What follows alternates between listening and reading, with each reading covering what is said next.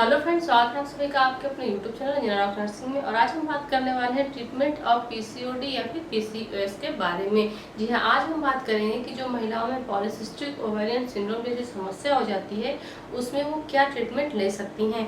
तो polycystic ovarian syndrome जो बीमारी होती है ये बहुत ही कॉमन सी, बहुत ही सामान्य सी बीमारी होती है। इसमें अगर फीमेल थोड़ा सा अपना लाइफ स्टाइल चेंज कर दें तो बिना किसी दवा के ही ये ठीक हो जाती है, बिना किसी डॉक्टर के प्रिस्क्रिप्शन के इसको ठीक किया जा सकता है।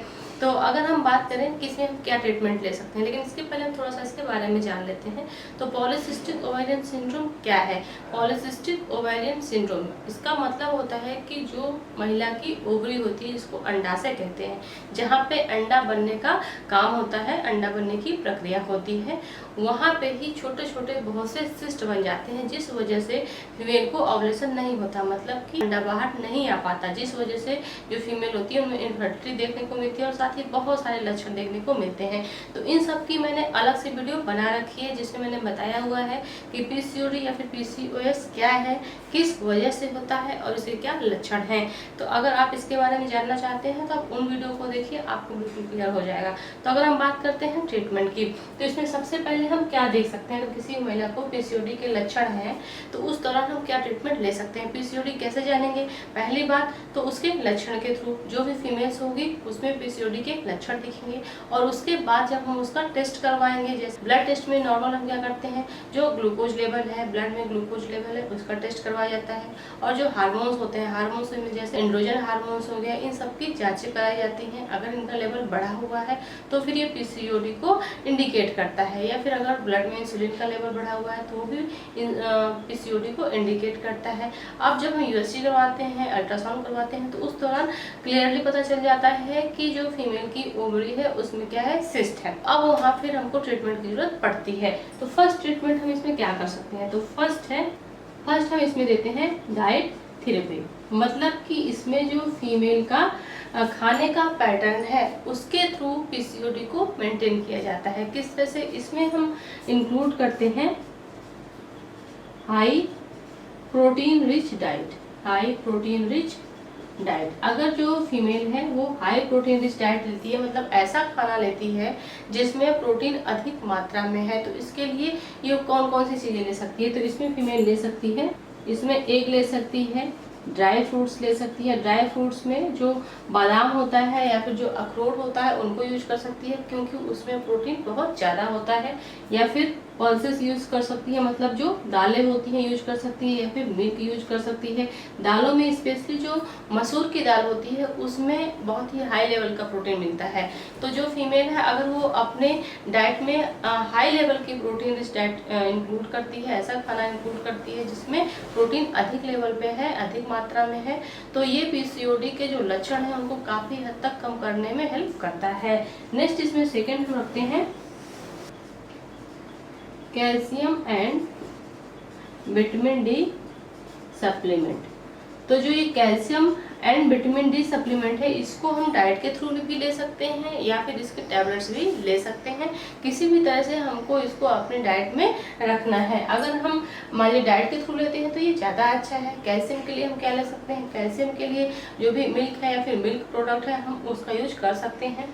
नेक्स्ट इसमें थर्ड हम इंक्लूड कर सकते हैं प्रोबायोटिक फूड। अब प्रोबायोटिक फूड क्या होता है? प्रोबायोटिक फूड का मतलब कि ऐसा खाना जिसको खमीरीकृत किया जाता है। जैसे अगर एग्जाम्पल के तौर पे हम इसमें ले सकते हैं दही। जो दही होती है इसमें क्या होता है, एक तरह से खमीरीकरण होता है, जिसको हम बोलते हैं फर्मेंटेड फूड। क्योंकि इसमें क्या होता है कि रात में जब हम दही जमा देते हैं तो सुबह उसमें एक तरह से खमीरीकरण या फिर किण्वीकरण देखने को मिलता है। तो ऐसे जो फूड होते हैं उनमें प्रोबायोटिक्स बहुत अधिक मात्रा में होता है। तो अगर कोई भी फीमेल है, अगर वो पीसीओडी के लक्षण उसमें दिख रहे हैं तो उसको ये डाइट हम लेने के लिए बोलते हैं। इसके अलावा उसको हम बोलते हैं कि वो अपना वेट मेंटेन रखे, क्योंकि जब पीसीओडी की समस्या होती है तो उस दौरान वेट गेन के लक्षण दिखते हैं। ये सारी बातें यहाँ क्यों कही जा रही है, क्योंकि जितना भी यहाँ ट्रीटमेंट हम कर रहे हैं ये सारे ट्रीटमेंट डिपेंड करते हैं जो फीमेल्स में लक्षण दिखते हैं उसके आधार पे। पीसीओडी में जो लक्षण दिख रहे हैं उन्हीं को ट्रीट करने के लिए यहाँ पे तरीके अपनाए जाते हैं। इसके अलावा कुछ मेडिसिन भी दी जाती हैं। तो कौन सी मेडिसिन होती हैं उसके बारे में भी हम बात करेंगे। तो सबसे पहले हम क्या करेंगे, डाइट थेरेपी मेंटेन करेंगे, क्योंकि डाइट के थ्रू, एक्सरसाइज के थ्रू हम जो पीसीओडी है उसको ठीक कर सकते हैं बिना किसी दवा के। लेकिन कुछ ऐसी कंडीशन होती है जहाँ पे दवा की जरूरत पड़ती है, तो हम इसको डाइट थेरेपी के थ्रू या फिर कैल्शियम विटामिन डी सप्लीमेंट हो गया, प्रोबायोटिक फूड हो गए और क्या है वेट मेंटेन के थ्रू भी पीसीओडी के लक्षणों को कम कर सकते हैं। इसके अलावा नेक्स्ट क्या कर सकते हैं, physical exercise. Physical exercise, physical exercise इसमें हम क्या कर सकते हैं, इसमें जैसे वॉकिंग है, जॉगिंग, स्विमिंग एंड साइकिलिंग भी कर सकते हैं। जितने भी यहाँ पे एक्सरसाइज की बात की जा रही है ये सारे एक्सरसाइज करने की वजह से जो भी फीमेल्स है जिसमें पीसीओडी के लक्षण दिख रहे हैं उसके शरीर में जो इंसुलिन होता है उसके प्रति सेंसिटिविटी इंक्रीज हो जाती है, वो डेवलप होती है, जिस वजह से जो टाइप 2 डायबिटीज होने के उसमें रिस्क दिख रहे हैं वो कंट्रोल होते हैं। तो जब भी फीमेल को पीसीओडी जैसी समस्या होती है तो उस दौरान ये सारे जो भी एक्सरसाइज है वो करने की सलाह दी जाती है। जरूरी नहीं है कि वो सभी एक्सरसाइज करे, वो जैसे नॉर्मल वॉकिंग वाला एक्सरसाइज कर सकती है, जॉगिंग एक्सरसाइज कर सकती है। इससे उसका पहली बात तो कि जो वेट है वो भी मेंटेन रहेगा और दूसरी बात कि इंसुलिन के प्रति उसके शरीर में सेंसिटिविटी डेवलप होगी, जिसकी वजह से जो डायबिटीज 2 होने के रिस्क है वो कम हो जाएंगे। हमने पढ़ा था, जब हम पढ़े थे इसे कारण के बारे में, उसमें हमने देखा था जो इंसुलिन होता है अगर ब्लड में इसका लेवल बढ़ जाता है तो जो फीमेल होती है उसमें पीसीओडी के लक्षण देखने को मिल जाते हैं। ये तब होता है जब इंसुलिन रेसिस्टेंस जैसी समस्या होती है शरीर में उस दौरान। तो इस तरह से हम इसको कंट्रोल कर सकते हैं। नेक्स्ट 6 कर सकते हैं, good and stress less sleep. जो भी फीमेल पीसीओडी से ग्रसित है, जिसको पीसीओडी के लक्षण दिख रहे हैं, उसको कोशिश करनी चाहिए कि वो जो भी नींद ले रही है वो कैसी हो, अच्छी हो और बिना किसी तनाव की हो। अगर स्ट्रेस लेगी तो उसकी वजह से जो भी हार्मोनल इम्बैलेंस होंगे उसकी वजह से उसको अलग समस्याएं होंगी। इसके अलावा जो पीसीओडी है ये क्या है, ये ऑलरेडी एक हार्मोनल और मेटाबॉलिक डिसऑर्डर है। तो अगर वो अच्छी नींद लेगी तो इस वजह से उसके जो भी हार्मोन्स है वो बैलेंस होंगे और पीसीओडी के लक्षण धीरे धीरे कम होंगे, साथ ही वो ये सब चीजें भी करती रहे। नेक्स्ट अब क्या कर सकते हैं, हम बर्थ कंट्रोल पिल्स यूज कर सकते हैं। बर्थ कंट्रोल पिल्स यूज करते हैं। क्यों यूज करते हैं बर्थ कंट्रोल पिल्स, क्योंकि ये जितने भी कंट्रासेप्टिव ओरल पिल्स होती हैं इनमें हार्मोन्स होते हैं, एस्ट्रोजन और प्रोजेस्टेरोन हार्मोन्स होते हैं जो एक तरह से जो ओव्यूलेशन का प्रोसेस होता है उसको कंटिन्यू करते हैं।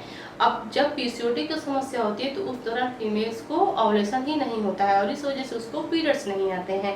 जो भी पीरियड्स होते हैं वो इरेगुलर होते हैं, मतलब कि हर 10 दिन पे आ जाएगा, 15 दिन पे आ जाएगा या फिर महीने या 2 महीने में आएगा। तो ऐसी समस्या होती है। तो अगर हम बर्थ कंट्रोल पिल्स यूज करते हैं, जो भी कंट्रासेप्टिव ओरल पिल्स हमको यूज करते हैं, तो उनमें हार्मोन्स होता है और इस वजह से जो फीमेल्स के इरेगुलर पीरियड्स होते हैं उनमें भी हेल्प मिलती है और साथ ही जो पीसीओडी के लक्षण दिख रहे हैं उनमें भी हेल्प मिलती है। तो इसके पहले जो हमने पढ़ा था ये सभी क्या था, ये सभी नॉन मेडिकेटेड था, इसमें किसी भी तरह की मेडिसिन का यूज नहीं था। ये सिर्फ हम अपने एक्सरसाइज के थ्रू, अपने डाइट थेरेपी के थ्रू और जो भी सप्लीमेंट्री है उसके थ्रू पीसीओडी के लक्षण को कम करने की बात कर रहे थे। लेकिन अगर इन सबसे भी व्यक्ति ट्रीट नहीं हो पा रहा है तो फिर हम क्या करते हैं, बर्थ कंट्रोल पिल्स में भी यूज कर सकते हैं, क्योंकि जो बर्थ कंट्रोल पिल्स होती है इसके कुछ साइड इफेक्ट भी होते हैं। क्या साइड इफेक्ट होते हैं अगर इसके बारे में आपको जानना है तो इसकी भी मैंने अलग से वीडियो बना रखी है, आप उसको देख सकते हैं। तो 8th इसमें हम क्या यूज कर सकते हैं, इसमें यूज कर सकते हैं टैबलेट क्लोमिफेन। अब ये जो क्लोमिफेन टैबलेट होती है इसका मेन फंक्शन होता है कि जो LH हार्मोन्स होता है और FSH हार्मोन्स होता है, मतलब जो लुटिनाइजिंग हार्मोन्स है और जो फॉलिकल स्टिमुलेटिंग हार्मोन्स होता है, इन दोनों के लेवल को ये बढ़ा देती है, जिसकी वजह से ओव्यूलेशन का प्रोसेस होता है। स्पेशली इस मेडिसिन का यूज उन फीमेल्स में किया जाता है जो इनफर्टिलिटी की शिकार होती हैं, मतलब जिनमें बांझपन की समस्या होती है, या फिर ऐसी महिलाएं जिनको PCOD भी है और इसके साथ साथ वो प्रेगनेंसी भी चाहती हैं। तो उन फीमेल्स में इस मेडिसिन का यूज किया जाता है, क्योंकि ये हर महीने जो ओव्यूलेशन की प्रक्रिया होती है उसको ये रेगुलेट करती हैं। तो जब ये मेडिसिन दी जाती है, अगर मान लीजिए कि इन कंडीशन इस मेडिसिन का रिजल्ट नहीं मिलता है, तो फिर इसकी जगह पे हम दूसरी मेडिसिन यूज करते हैं, जिसका नाम है टैबलेट लेट्रोजोल। अब ये जो लेट्रोजोल टैबलेट होती है, इसका यूज ब्रेस्ट कैंसर में भी किया जाता है। अगर किसी भी फीमेल को ब्रेस्ट कैंसर है तो उस दौरान इस मेडिसिन का यूज किया जाता है। इसके अलावा जो लेट्रोजोल मेडिसिन है ये PCOD में भी यूज की जाती है, क्योंकि इसका भी काम होता है कि जो फॉलिकल स्टिमुलेटिंग हार्मोन्स होता है ये उसको स्टिमुलेट करती है, उसके सिक्रेशन को बढ़ाने का काम करती है, जिस वजह से ओव्यूलेशन का प्रोसेस होता है और PCOD के जो लक्षण होते हैं वो कम होते हैं। नेक्स्ट इसमें हम मेडिसिन यूज कर सकते हैं टैबलेट मेटफॉर्मिन। लेकिन मेटफॉर्मिन हम तभी यूज करेंगे जब फीमेल्स के ब्लड में जो ग्लूकोज है उसका लेवल बढ़ा हुआ आएगा। अगर ब्लड में ग्लूकोज का लेवल बढ़ा हुआ है तभी हम मेटफॉर्मिन जो टैबलेट्स है इसका यूज करेंगे, क्योंकि ये क्या करती है कि ब्लड में ग्लूकोज के लेवल को कम करने का काम करती है, मेंटेन करने का काम करती है। तो हमने पढ़ा था, जब हम इसके कारण के बारे में पढ़ रहे थे, PCOD की जब हमने कारण पढ़ा था, तो उसमें हमने देखा था कि जब इंसुलिन का लेवल बढ़ जाता है शरीर में तो उस दौरान डायबिटीज होने के रिस्क रहते हैं। तो जब इंसुलिन का लेवल बढ़ता है उस दौरान ये क्या करता है कि जो फीमेल्स की ओवरी होती हैं उन पे भी इफेक्ट डालता है, उन पे भी प्रभाव डालता है, और एक तरह से ये ओव्यूलेशन को भी रोकने का काम करता है। तो अगर ब्लड में ग्लूकोज का लेवल बढ़ रहा है तो उसमें भी PCOD होने के रिस्क रहते हैं। तो उस दौरान हम इस टैबलेट का यूज करते हैं। नेक्स्ट इसमें हम टैबलेट यूज कर सकते हैं टैबलेट ऑर्टिस्टैट। ऑर्टिस्टैट जो टैबलेट्स होती है इसका यूज किया जाता है जो भी ओबीज या फिर ओवरवेट फीमेल्स होती हैं उनके वेट को कम करने के लिए, क्योंकि ये जो मेटाबॉलिक रेट होता है उसको बैलेंस करती है, इसके साथ साथ वेट लॉस में भी वर्क करती है। तो इस का हम यूज क्यों कर रहे हैं, क्योंकि जो PCOD होता है उसमें एक लक्षण आता है जिसमें जो फीमेल्स होती हैं उनका वेट गेन होता जाता है, उनका वेट बढ़ता रहता है।